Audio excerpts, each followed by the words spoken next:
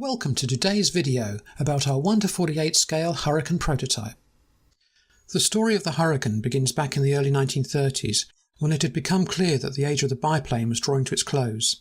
Fighters such as the Gloucester Gladiator and Hawker Fury marked the pinnacle of biplane design at the time.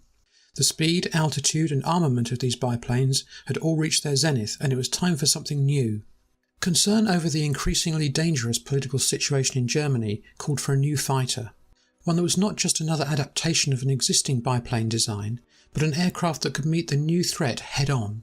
In early 1934, specification F534 was passed out to the British aircraft industry for an all-new monoplane fighter armed with 6 or 8 machine guns.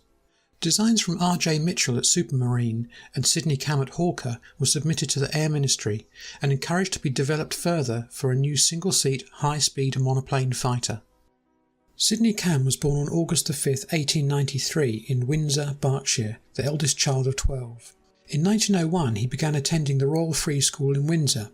He was granted a foundation scholarship in 1906 before leaving the school 2 years later to become an apprentice carpenter. Sydney developed an interest in aeronautics and, with his brothers, began building model aircraft which they supplied to the boys at Eton College. These activities led to him being one of the founders of the Windsor Model Aeroplane Club. His accomplishments as a model aeroplane builder culminated in a man-carrying glider which he and the others at the club built in 1912. Shortly before the start of World War I, he obtained a position as a shop floor carpenter at the Martinsyde Aircraft Company. His ability soon led to him being promoted to the drawing office, where he spent the war period. In November 1923, Camm joined the Hawker Aircraft Company based in Kingston upon Thames as a senior draftsman. His first design was the Cygnet, the success of which led to him being appointed chief designer in 1925. At one time in the 1930s, 84% of the aircraft in the RAF were of Sydney Camm design. R.J. Mitchell's design for the new fighter was designated F-3734.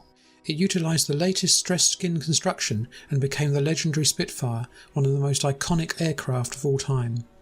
While Sydney Camm's F-3634 would become the Hurricane. Both aircraft were to be powered by the new Rolls-Royce PV12 engine, later to be named the Merlin. Sydney Camm referred back to his earlier successful biplane construction techniques for the new fighter.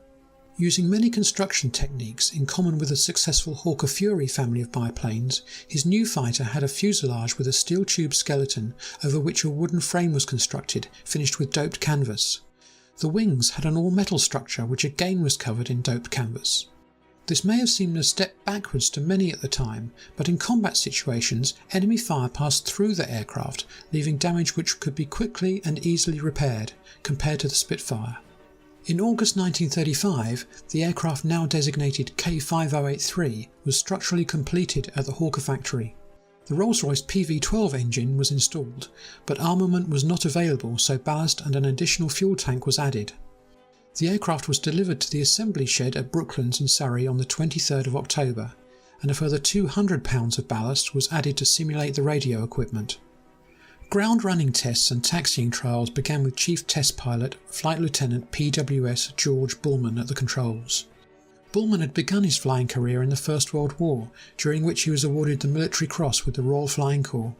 He held a permanent commission after the war and began his test flying career at the Royal Aircraft Establishment Farnborough.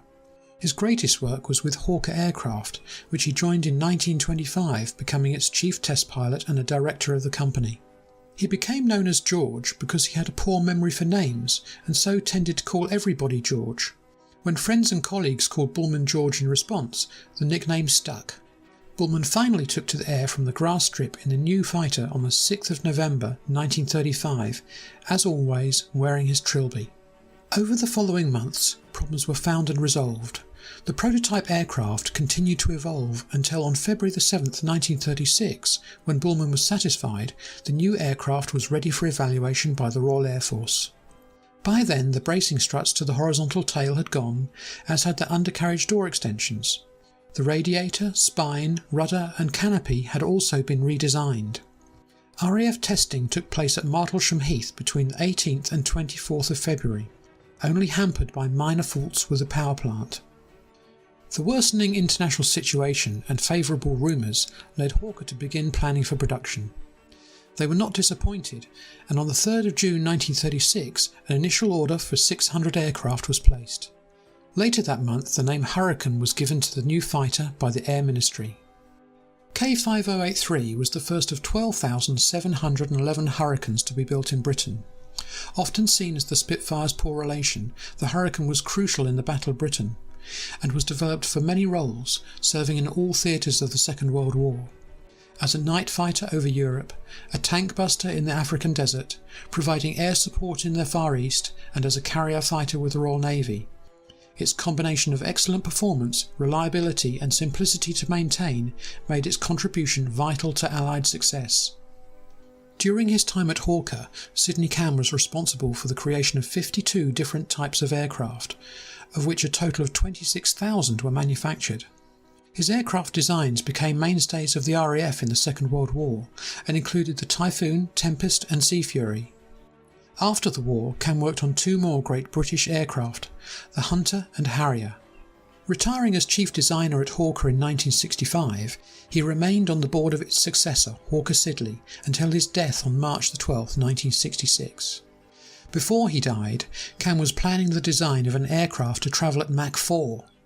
Surely, though, his greatest creation must be the legendary Hurricane.